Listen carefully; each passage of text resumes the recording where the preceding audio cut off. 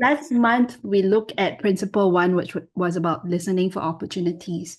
We talked a bit about gifting, and we thought that it'll be a good time to maybe do a little recap about gifting. So, Brian, if you can give us a 1 minute blurb, if you're in an elevator, how would you explain gifting and why should we all know our giftings? Okay, thank you, Parong. I just want to make sure, has everyone had a chance to access the book online?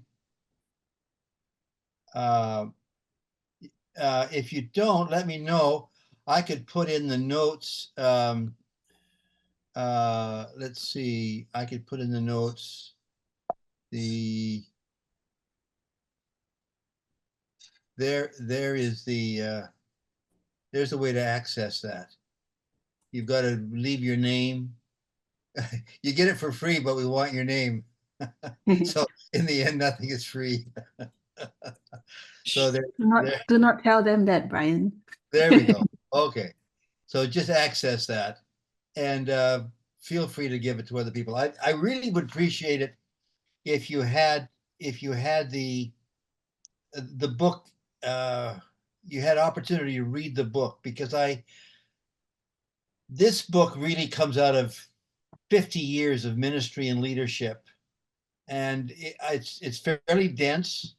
It's edited down so it has the essential ideas, and I think that they have real value. So I'm going to be using that, and I think that if you had it in hand or had a chance to review it, that would be good. Last week we talked about ministry naturally comes out of who we are. And the Apostle Paul, I think, has probably as comprehensive a framing of personal gifting as I know. You have that in Romans 12, and there are 7 gifts that he defines: speaking, serving or helping, teaching, encouraging or motivating, giving, leading, and showing mercy. Now, my theory, this is a theory of mine. This isn't the Bible, this is my theory, that in life experience, there tends to be 3 of those gifts that are dominant in our life. Each gift is required, each of us are gifted in each of the 7 gifts. But for example, in the gift of showing mercy. Now, that's not a dominant gift with me, but it's a gift that I need to exercise because it's part of the human personality. And there are times when showing mercy is the most critical aspect of what needs to be done at that particular time. But we've been thinking vocationally. And so vocationally, my experience has been in my own life, for example, I started out thinking that my dominant gift would be preaching and speaking. That comes out of my Pentecostal Canadian heritage, where preachers were at the top end of the food chain. And so I thought that's what I would become, and that's what I wanted to do. And I worked hard at it, and I studied, and I did all my due diligence and so forth. But in the end, I found that the gift that people found to be of greatest value to them was leadership. And the top cluster of giftings that I tended to operate with were leadership, speaking, and encouragement. Now, I found that the leadership gift was supported by the other 2 dominant gifts, which were speaking and encouragement. Those became gifts that were inherently active in my leadership role. So that's what we talked about last week. And I think, at least for me, this was life changing, because you see,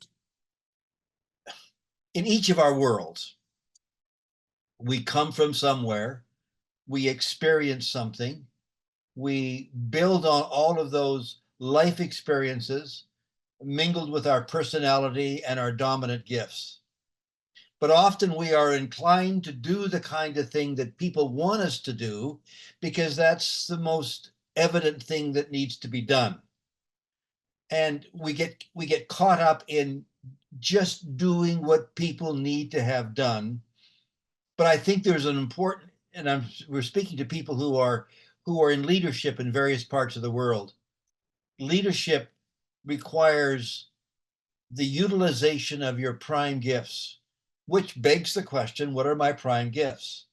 So last week we talked about going about discovering what those prime gifts are. And I think that for me was life-changing.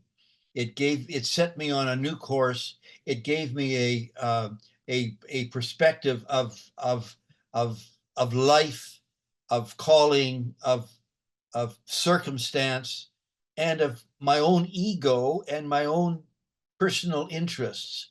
It kind of set that together in a pattern, and I was more comfortable, and I was more deliberate then in accessing those circumstances and opportunities that best matched my gifts. So, you know, we're using Nehemiah as the framing of our conversation, and Nehemiah, and again the story.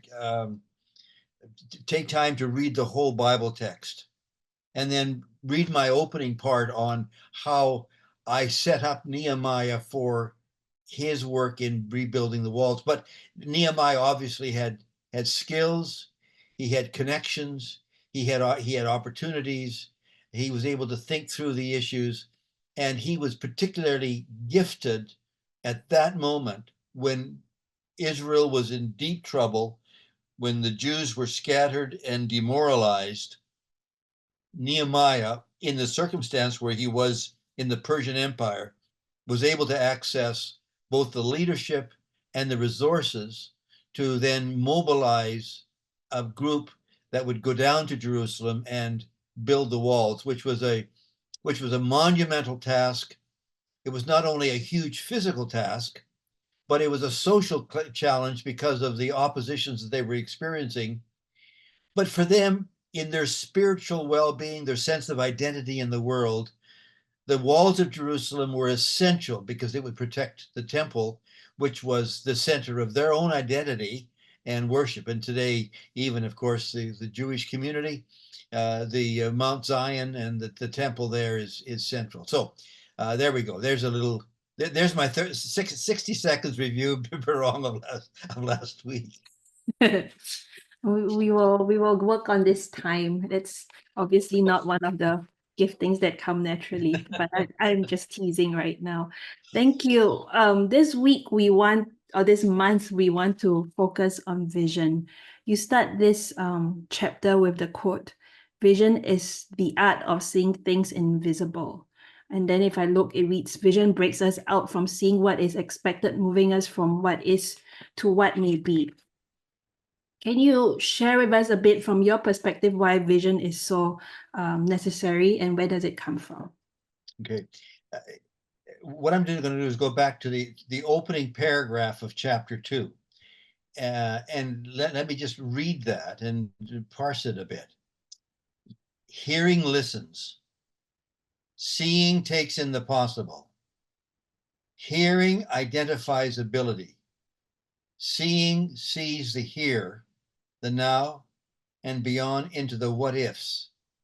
Vision breaks us out from seeing what is expected, moving us from what is to what may be. We talked about hearing, the importance of hearing others, hearing yourself, seeing what is possible. What we're talking about here is not accomplishing the impossible. Leadership is assessing what the needs are and assessing what is possible. So leadership, in a couple of months, we'll get into the issue of faith. Some people operate in the spectacular beyond what is possible, but leadership is about creating what is possible. Hearing identifies ability.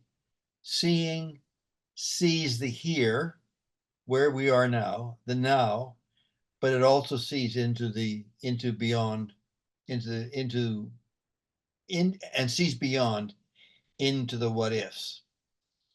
In the last chapter, I mentioned dreams and fantasies and vision. In Canada, the great sport is hockey. And I live just around the corner from the parents of the greatest hockey player that Canada has ever produced, Gordie Howe. And as a boy, I learned to play hockey. You can't be a boy in Saskatchewan and in Canada and not learn to play hockey. So I had this fantasy about being a great hockey player. Well, I wasn't bad, but I wasn't that good. I wasn't good enough to be a pro. There's a difference between a dream and a vision. A dream is an idea, is kind of like a cut flower. It's something you fantasize about. Oh, I wish I were, or if I had that, this is what I would do. It's kind of fanciful. A vision is something which stirs your passion. It's something that, to use the metaphor of flowers, if dream is a cut flower, vision is a bulbed flower. It's a perennial. It's something that continues to grow, is always there. So vision is something which comes out of your passion, out of your interests. It's something that you think about when you aren't thinking about what you're thinking about. It happens more naturally. It's something that rises more naturally from who you are and the circumstances that you're in. Now, I don't know, Pirong, whether that's satisfied the question that you asked, or whether we want to go back to go in and begin to unwrap this a bit. Yeah, I think it'll be interesting to unwrap it, because what I'm hearing is your vision and my vision can be different because we are very different people. So there is not the understanding of the vision then. So how do we try to unwrap this whole idea of vision a bit more? Okay, what I've done, I've outlined 1, 2, 3, 4, 5, 6 qualifiers on vision. I think probably the best thing for me to do is just to go through that, and then if you have questions, just feel free to post those, and we'll make this more interactive than we did last week. So, to your point, Pirong, vision is a natural gift. Vision is something which comes naturally out of you. Our personality, it links passion to natural abilities. I see here, I have my friend Phil on, and he was Deputy Minister of Health for the province of Ontario. But his skill in administering naturally flowed out of his interest in health and his capacity to bring together resources. It was a natural gifting. And so Nehemiah, he took on this role out of his own what he had proven to be a vocational skill. So he was cupbearer to the king. Cupbearer was more than someone who brought you tea at 3:00 in the afternoon. Cupbearer was the most senior advisor to the king. He would be the one that would be the final person that the king would be with on issues. The cupbearer would make sure the food was not poisonous, which was a continual problem of that era and that place. So vision is that which naturally rises from your own personality, the combination of genetics, environmental, family, educational experience, brings all of those things together. And so vision is very different for each of us. And vision can be different in various moments of our life. So vision is not necessarily a caption that takes all of our life. It's more particularized to situations where you are and what you're doing. So, for example, I've had I've had three major parts of my life. One, I was with Youth for Christ. So my vision for Youth for Christ was focused within the parameters of the idea of an agency that reach out to young people in evangelism and in social concern. I served the Evangelical Alliance in Canada, and that was to be spokesman for evangelicals in Canada. So that was a different kind of vision. And then the largest theological school in Canada went bankrupt, and I came in to help a school reestablish itself. I never had a vision for education before, but in that particular time, my vision was to reestablish an important ingredient of the church in Canada. I didn't have a particular vision for education as such. That was not a driving factor in my life.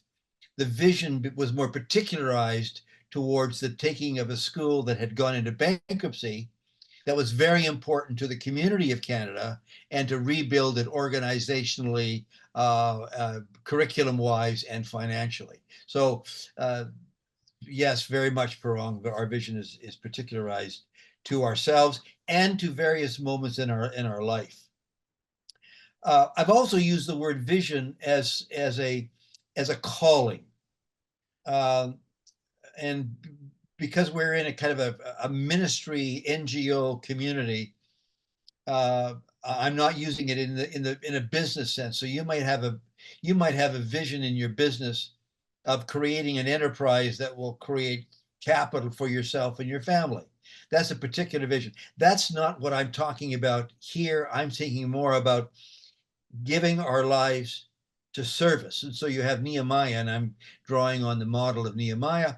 Nehemiah, his vision was to serve his own community of Jews in Israel because they were in desperate situation. So vision is a compelling inner motivation to help and to serve others.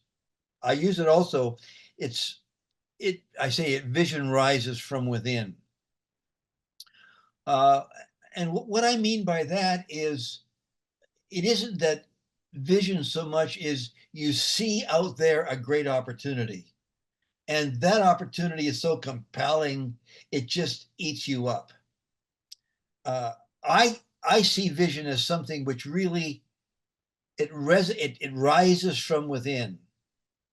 It will resonate with that opportunity, but it's something that catches hold of who I am. It creates passion, excitement, engagement. It takes hold. Let me use an example. When I took on the role as General Secretary of the Alliance in Canada, it was very small. It was actually it had just become some files in someone's desk. But it came at a moment when there was interest among evangelicals as to what is our posture with relationship to politics, to social issues. And I could feel it everywhere.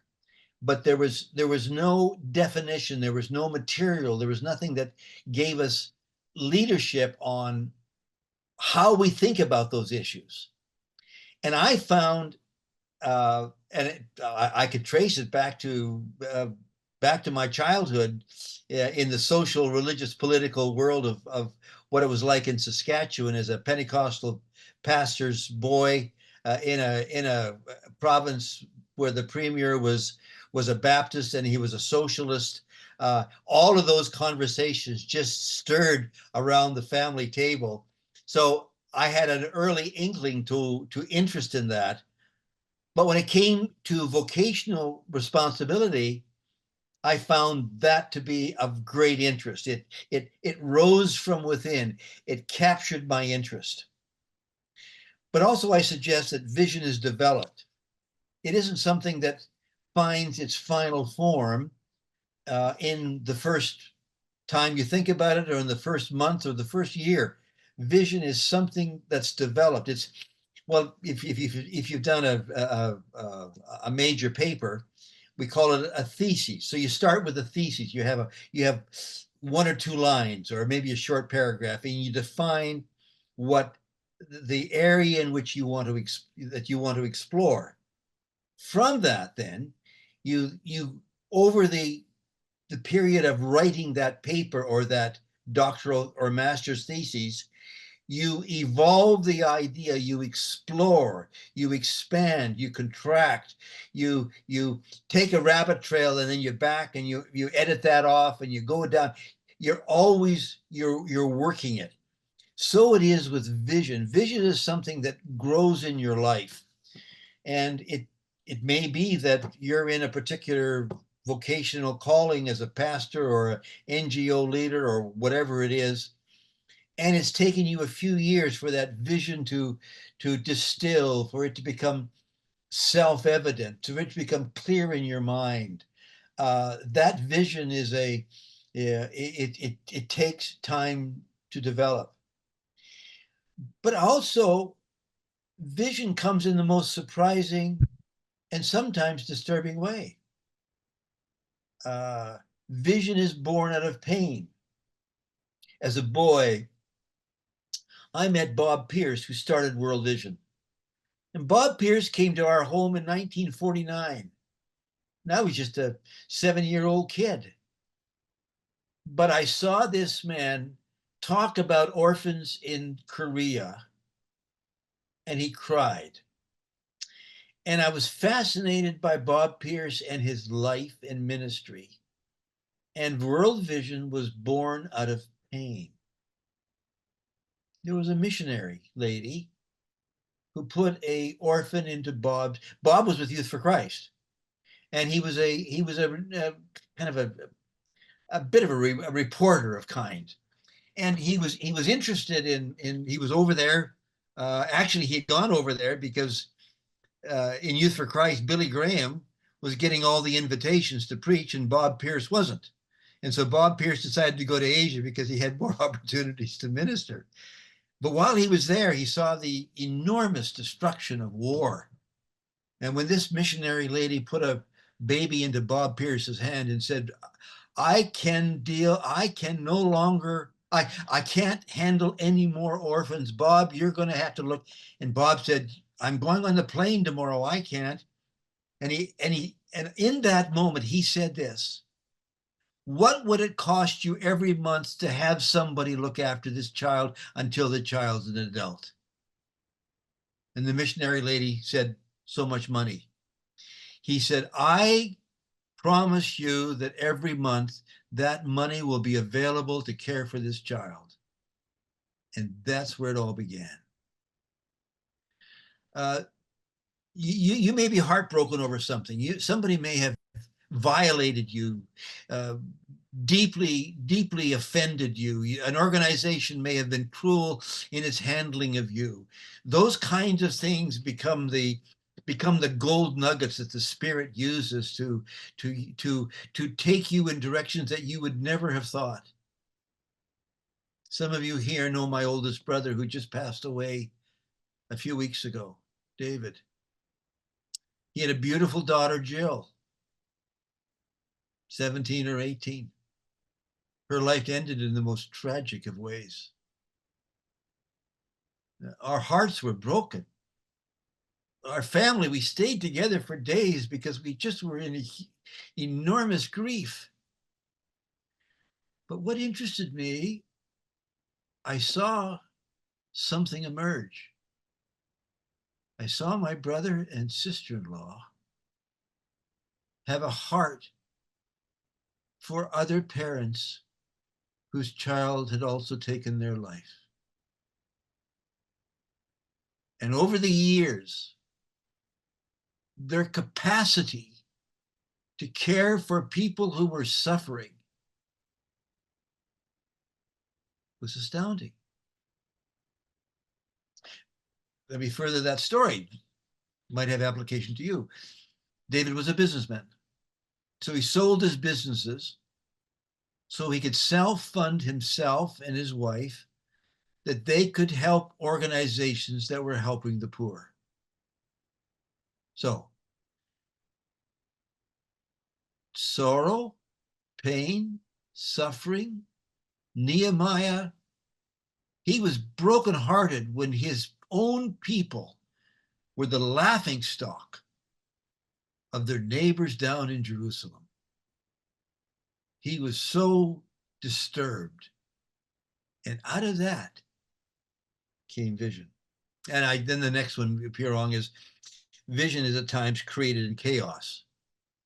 I use that term, find a broken wall.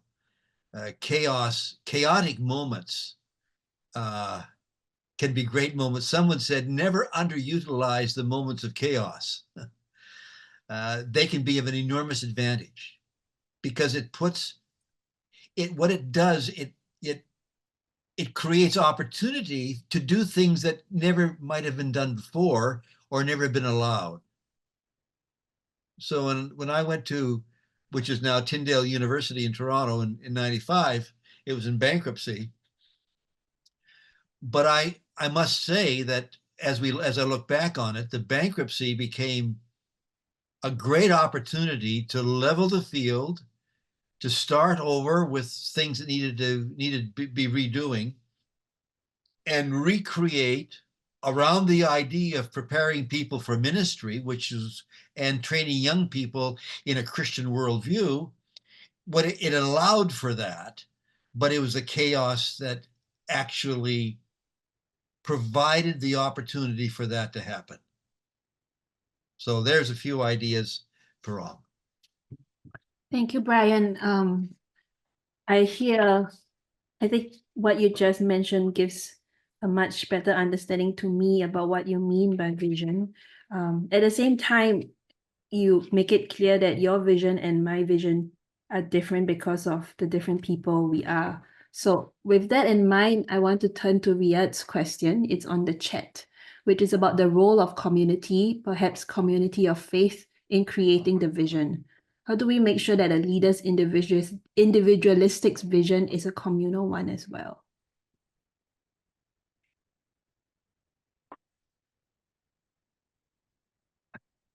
Of course, a leader is not a leader unless the leader has followers, which means you're talking about community.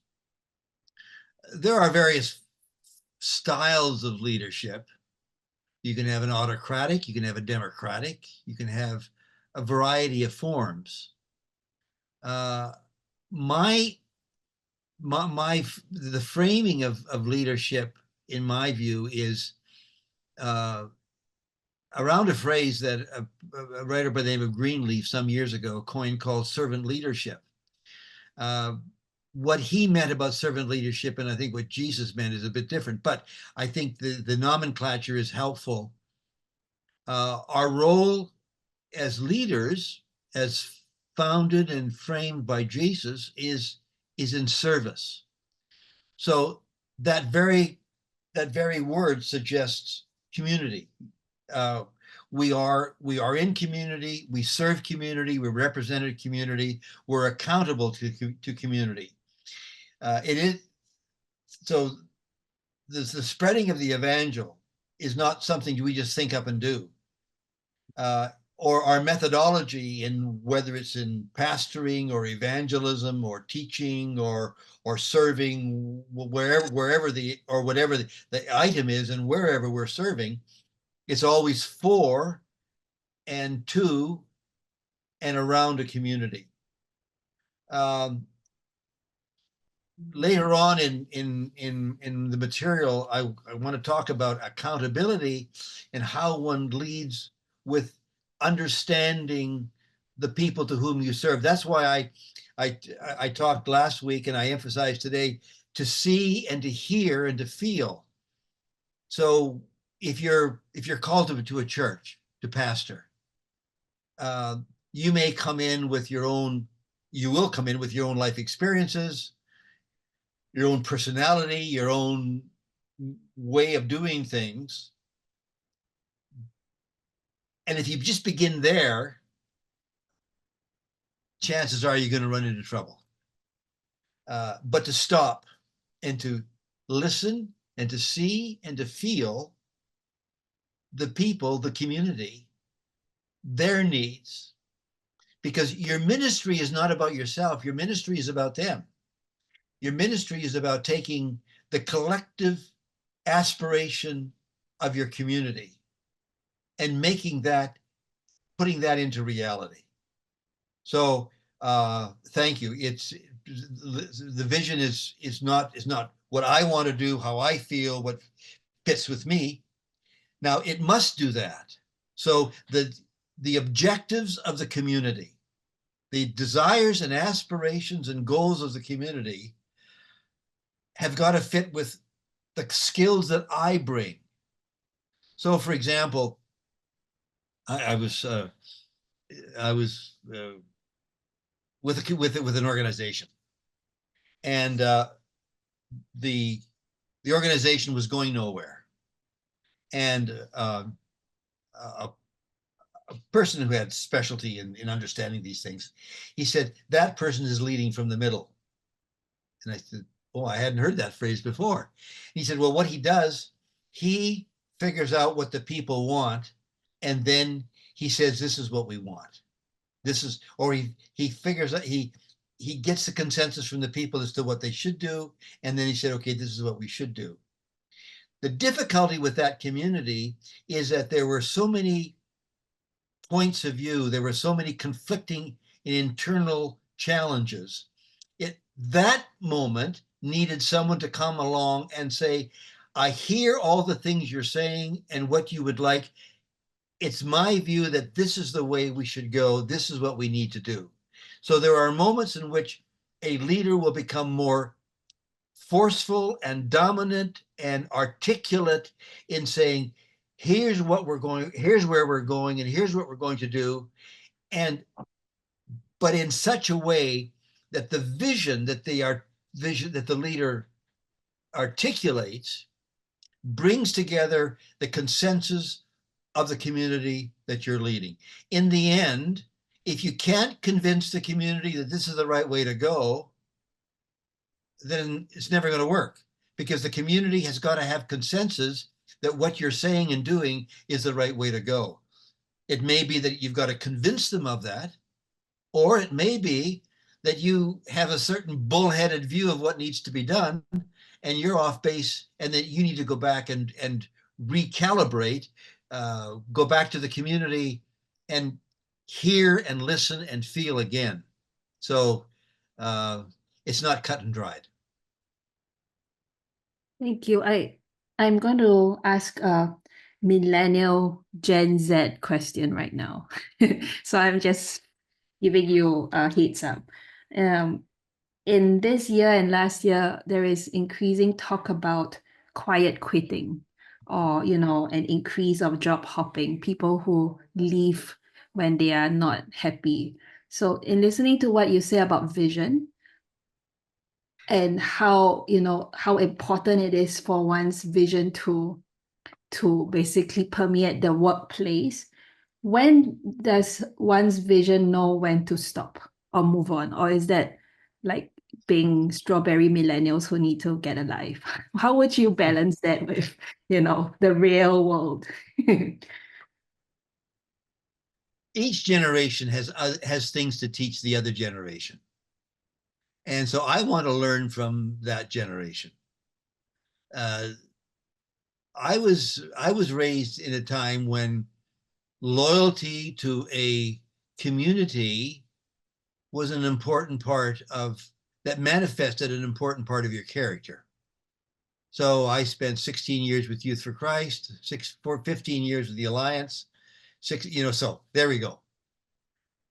But at the same time, I realized that today there are so many opportunities that spread themselves across one's horizon that it's not inappropriate to find that which is suitable to yourself, with the caveat, with the proviso that the Spirit is building who you are as a vehicle of glory for the Lord Jesus for now and eternity.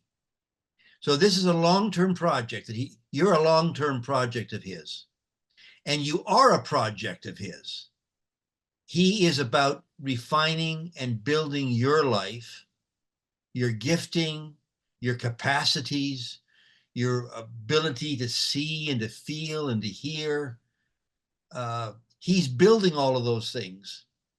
And sometimes it's important to subvert your interest in a better job, an easier place, a more satisfying experience, better money. Sometimes it's good to make that subservient to what God is doing and wants to do through you in the place where you are. There is also an issue of loyalty. When you build friendships, friendships aren't to be used for self. Friendships are authentic, God-given capacity. We are his friends. He calls us his friends. So what do we do with friends? We use friends in the sense that we use our friendship both to benefit each other, to benefit them, and to benefit ourselves, to benefit each other. But it can become utilitarian. It can become, I use my friends as a way of getting to where I want to get. You may want to ask somewhere in the conversation that you're having about changing the vocation is, what is there here with the friendships I've built and the structures in which I'm operating that is really beneficial to the project that the Spirit is working on, which is me?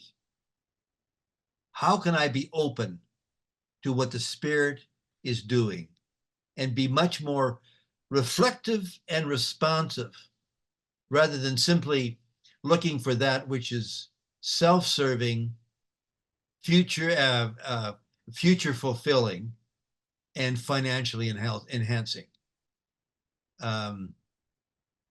So am I anywhere close to that, Pirong? Yeah, no, but I think I'm understanding it. Like, this feels like a Socrates Plato conversation. So thank you for bearing with us, the rest of us. I am thinking of two things, because what you are telling me in my nutshell is the whole point of vision/leadership is sanctification. It's about participating in God's mission. But while you do that, remember that you are also being sanctified in your process of life. At the same time, we want to do good in this world. We want to lead with the good. I'm as you know, I used to work at World Vision, and I did my whole doctoral thesis around World Vision. So this feels like a project in many ways for me. And I'm very marked by what you said, that World Vision was born out of pain. As you know, the family story of Bob Pierce is a very painful story. Yes. And some days I wonder, maybe his vision was what made it, I don't know, is that wrong, that he was so all out for his work that his family suffered? Like, how do I balance vision? Is there a wrong vision? Is there too much vision? How does that work out from your perspective? Okay, but let's go back to the question you had about people moving quickly from one job to another for a variety of reasons. I guess a question that I would also ask is, what's a vision? What vision would capture your loyalty and your commitment? Is there something beyond performance that you see as being of value? That's a question I would I'd have a conversation on that. Going back to the Pierce issue, yes, Bob Pierce probably was bipolar. He was manic. He was depressive. He had those two poles that he would flip back and forth from, and this family was tragic. It was tragedy in the family, and the inability to manage, of course, that, if that's what it was, and I'm just speaking off of what people have medically speculated on. But there was something that was wrong with him that created dysfunction. and the dysfunction created sorrow and sadness within the family. And that was tragic. One doesn't excuse one's behavior by the success of your ministry. You never do that. That's why the integration of vision with community, which he had a hard time doing because he was so impulsive, and when he was manic, he was beyond belief in terms of vision and drive and ideas. But to be contained with community brings about a certain balance and healing to brokenness. And I think eventually he did find healing in a variety of ways. He started Samaritan's Purse, and that became a vehicle for him and for others. But no, you don't legitimize what the destruction one brings to other people's lives by the so-called success of the enterprise that you are leading, if that's your question. So my vision of the future cannot be my excuse to, this like my faith, my vision needs to be holistic. It cannot just be my vision for work and then it supersedes everything, or my vision for ministry that supersedes everything. I guess you may know today or may not know, today is actually the International Mental Health Day. So Okay. the fact that there is a mental health day, in many ways, this describes the non-healthy minds that we are living in right now. So I think that's where my questions are trying to get at. How do we make sure that our visions, which in many ways I'm very touched that, what I think matter. As an Asian woman, I was brought up to be subsumed by the whole of what community thinks. So this is always very refreshing for me that the Christian faith allows for me to have a space. But at the same time, it does not want to be tyrannical, neither does it want to be completely gone. But where is that balance, that very difficult balance? Yeah. I have had times when I've struggled with mental health issues in my own life, and I've had to get professional care. My generation simply didn't admit to that. It was all private or covered. Well, private in that we didn't talk about it, or we cloaked ourselves in our own little world and wouldn't admit it to ourselves or to others. Fortunately, I had a friend who was a mental health caregiver, and one day she looked. We met twice a year for prayer and breakfast, and one day she looked at me. She says, "Brian, you're depressed. You need help." And she led me through help with another, through a couple of difficult moments in my life when I needed help. And I think I think we're seeing across the board today Christian leaders who have struggled with a variety of ills that are self-destructive and destructive to others. And so accountability,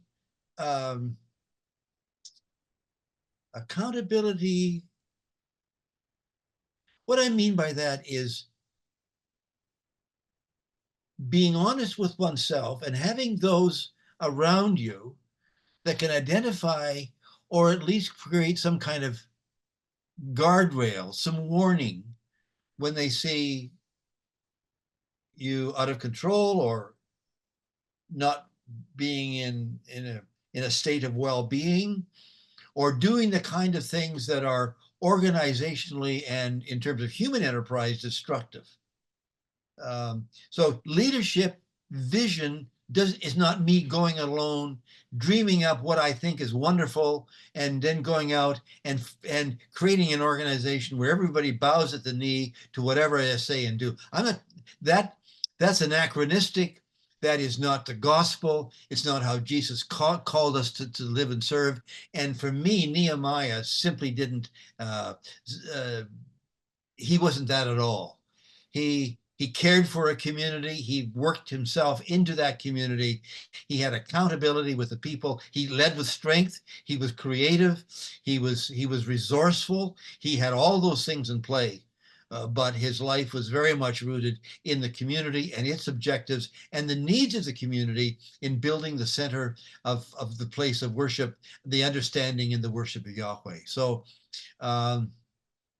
I've rambled on a bit in your response to what you just said, Parang. So pull pull us back into line here. Sure, let's go back to page 24 about what does vision do. Perhaps this is a good time to think about vision lifting hearts and so on and so forth. So, Brian, if you would please give us a bit of a blurb about what you mean in this understanding of vision, or rather, or maybe from this, maybe you don't need to read all for us, but what do you think is, from your perspective, the most important, in terms of a vision? Because I was just thinking about, if everything is the focus, nothing is the focus. And so what would you say we need to, if we forget everything else, what does vision do? Well, vision is a simple, compelling idea that draws people together, galvanizes energy, holds people in community towards achieving a particular goal or fulfilling a particular vision. It's, I'd say a local church. What's the vision of the local church? What's the simple vision that draws everybody together? Not complicated, not with 6 bullet points, but what's a common statement? A vision of what that WEA, your deputy secretary of WEA, what's the simple vision of WEA with all of its many parts, departments, alliances? What is it? So a vision is something that can be simply stated, and that's hard. Those of us in WEA know how hard that is, because we have so many years, so many layers, so many so what is the simple vision? State it. Find a way to state it in a simple paragraph. When I was, let me use an example. EFC, when I went to the Evangelical Fellowship of Canada, this was this was centuries ago. This was Noah was just finding the leaf, the bird bringing the leaf back then. And we were in Canada. Reagan had been elected. Jerry Falwell had started his moral majority. And you have an American fundamentalists articulating a particular social political vision out of his Southern Baptist fundamentalism. And because Canada gets all of the news from the US, the media in Canada assumed that evangelicals in Canada thought, believed, and talked just like Jerry Falwell. And it was as tinny an echo as you could imagine. But we had nothing in Canada that was galvanizing or spoke for evangelicals. And that's when I was invited to come in. And I found very quickly that the common vision of the Evangelical Fellowship, and here's what the line was, to be a voice for evangelicals in Canada. And our community said, yes, we need our own voice. So that was a vision that basically galvanized our alliance here in Canada for the next 15 years, because in that time and place, a Canadian evangelical voice that spoke for the community here really mattered to our people. That was the vision. So So let me ask you this in a different way. You kind of alluded to it a bit when you talked about leading from the middle. As a leader, does it matter to my people that vision is core to what I do? And if it does, what difference can it make? I'm not sure I understood that. As a leader, does it matter to the people I lead, my followers, that I have a vision that is core to what I do? And if it does, what difference can it make? Oh, yeah. Yeah, that really is important. And again, vision is not something that you just think up and do. Vision is something that I think comes from the bottom up. And so I find that essentially you've got to bring the people together. You've got to have that, you've got to have those kind of exercises that gets people thinking and talking about what our vision is, and let that gradually rise to the surface until you're able to edit that into something that people say, ah, that's ours. We had a part in shaping that. This is, yes, we believe in that. We're for that. Then for you as leader to take that which has you've built consensus around, and people feel that they have, to use the old business term, they have skin in the game. They've contributed to it, and that naturally leads to what then, as leader, you will lead them to accomplish. So vision, it brings people together. It focuses minds. It brings energy into from the many streams into one course of action. It is incredibly motivating when people within the community feel that they've had a part in defining vision, and because they've helped define it, they're going to participate in it.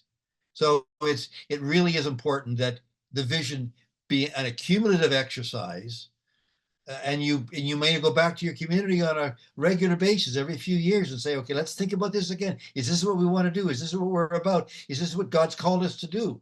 And refine that and reflect on it, and then periodically go back. So what I did when I with EFC, the way it worked for me, and we had this big country of a small population, and only about 8% of our country was evangelical. As this vision began to accumulate, and we did a number of studies to come up with this, to be a voice for evangelicals, I eventually put that into a seminar, a 6-hour seminar. What does it mean to be an evangelical voice in Canada? And it was kind of an academic exercise, but I did 200 of them across the country in churches and with clergy alliances, ministerials, so forth, in schools. And I would do this as a way of thinking about what it meant to be an evangelical and to be a voice in our country, and to be a voice, what do we have to say and how do we say it? And so, yeah, I'm saying it's really important. That's my vision. That's my vision statement. Yes. It's really important. So what I'm hearing, we started with your personal vision comes from who you are, and at some point it takes root into the community, and as you've explained, it needs to go backwards and forwards until it becomes, in many ways, a community vision. How do you deal with naysayers? People who may not agree with your vision for the community. Well, you can't let them sidetrack you. You listen, you do your best, but at some point you've got to move on. So leadership is leading. It isn't simply floundering and being defensive with everybody who doesn't like what you say or do. You've got to find a consensus and begin to build towards it, and be gracious and kind in the process, but don't allow people to destroy. Again, go back to the Nehemiah story. You have people around who weren't Jews, and even internally, you eventually had Jews who were using the situation to to tax their own people in financially unfair ways. And so he had to step in and correct those kind of mistreatments that were going on internally. Sometimes naysayers can be mistreaters. They can simply be there not intentionally, but by effect, breaking down and destroying the process by which you're moving forward to create a consensus. So no, don't let them rule. Don't let them rule. All right. Thank you. I am wanting to look at the chat. Does anybody, if you do not want to type, want to ask Brian a question directly? If you want to raise your hand, that would also work. Because in Brian's brief to me, which I'm looking at, we hope to give you all time for some of your questions. Yep.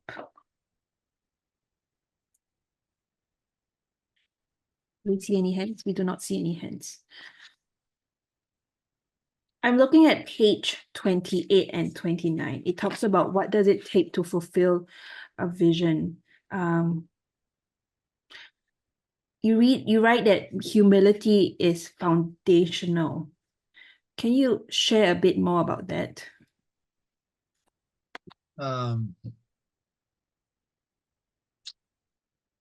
Humility,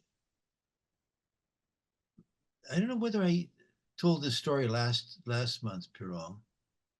I had an opportunity, the first Lausanne meeting was in 74, and I happened to be, I was invited by Paul Little, who was program director, to be his assistant. So I was in the back rooms of Lausanne being formed in Lausanne, Switzerland in the summer of 74.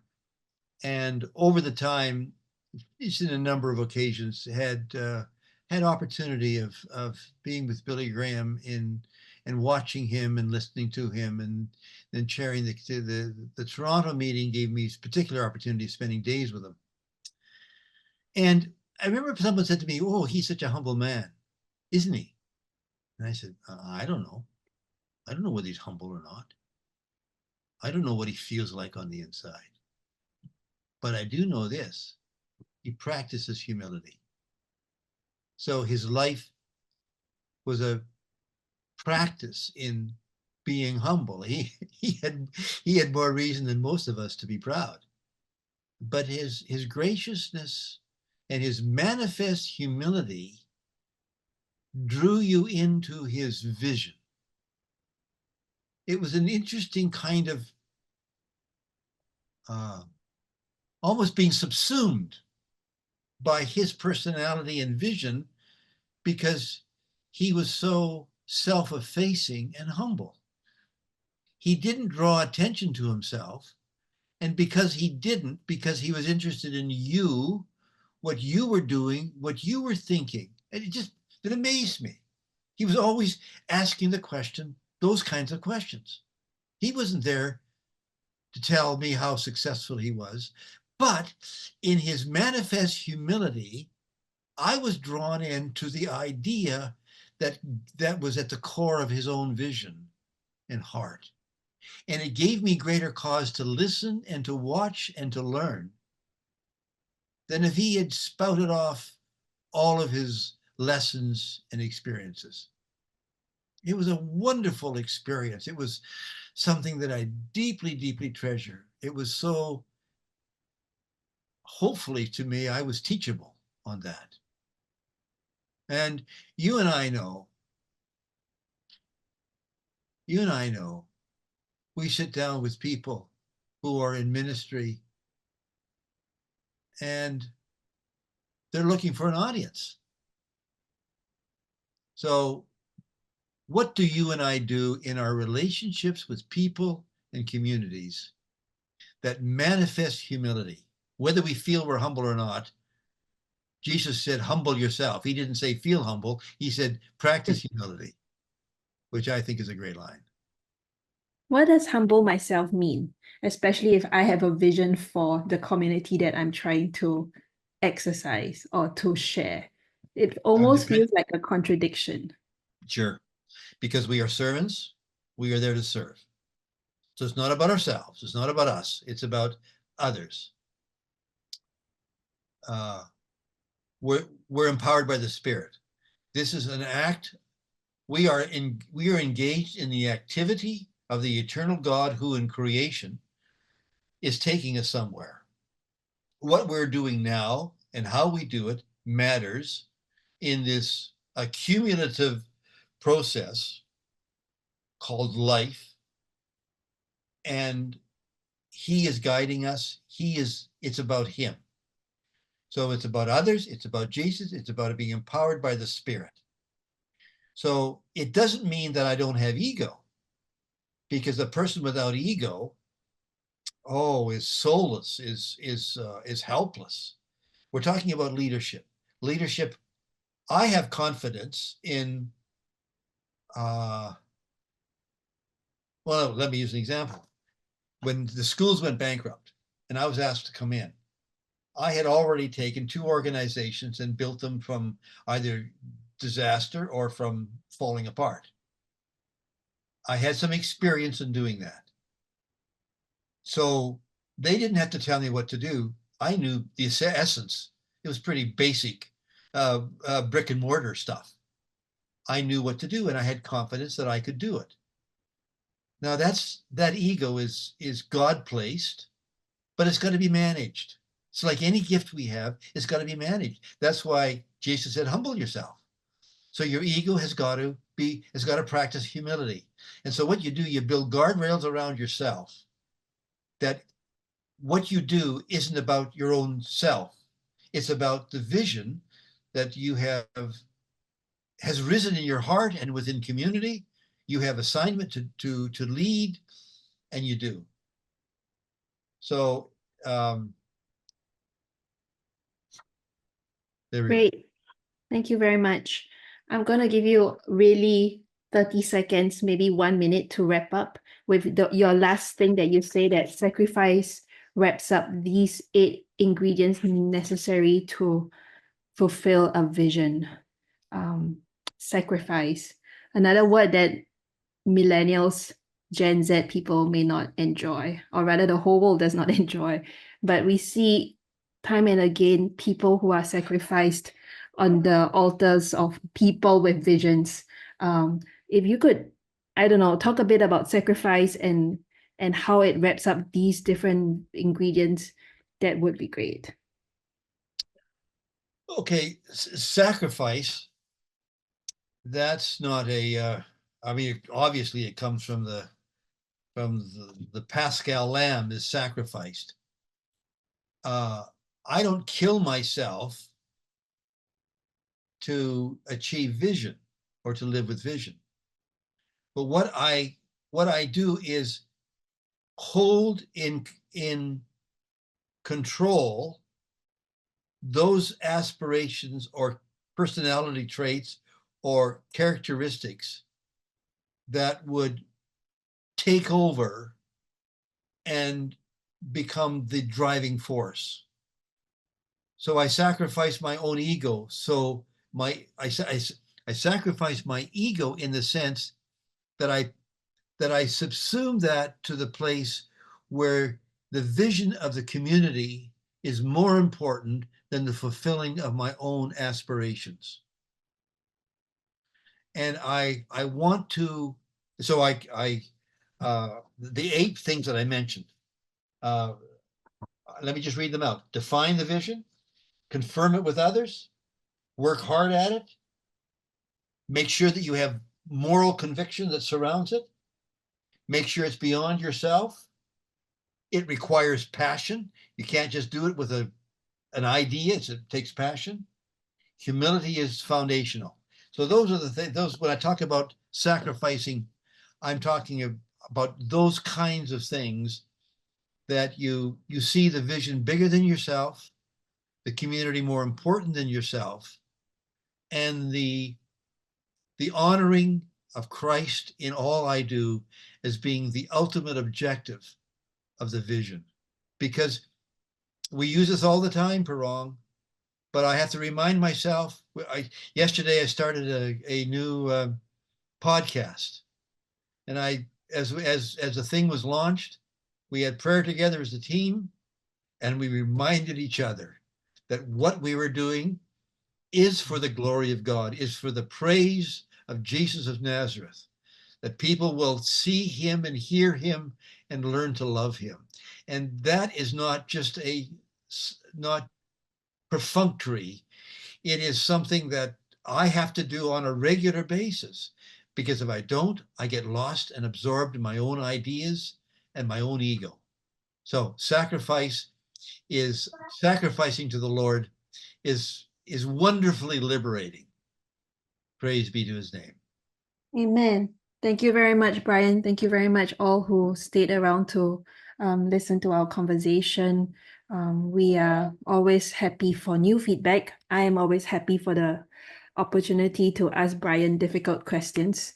I'm most happy when I ask him a question that he has to think before he answers, because he doesn't get it immediately. Then I'm like, score. So thank you so much for being with us. We will do this again in 1 month's time. We will get emails on it. We will at some point send this as a recording as well for those who want to join us.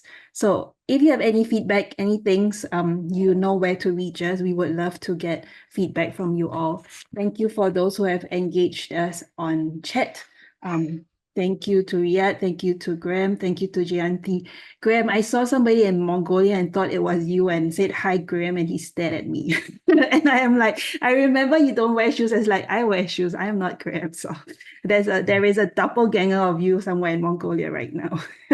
So thank you, everyone. We will meet again next month. Bye-bye for now. Bye.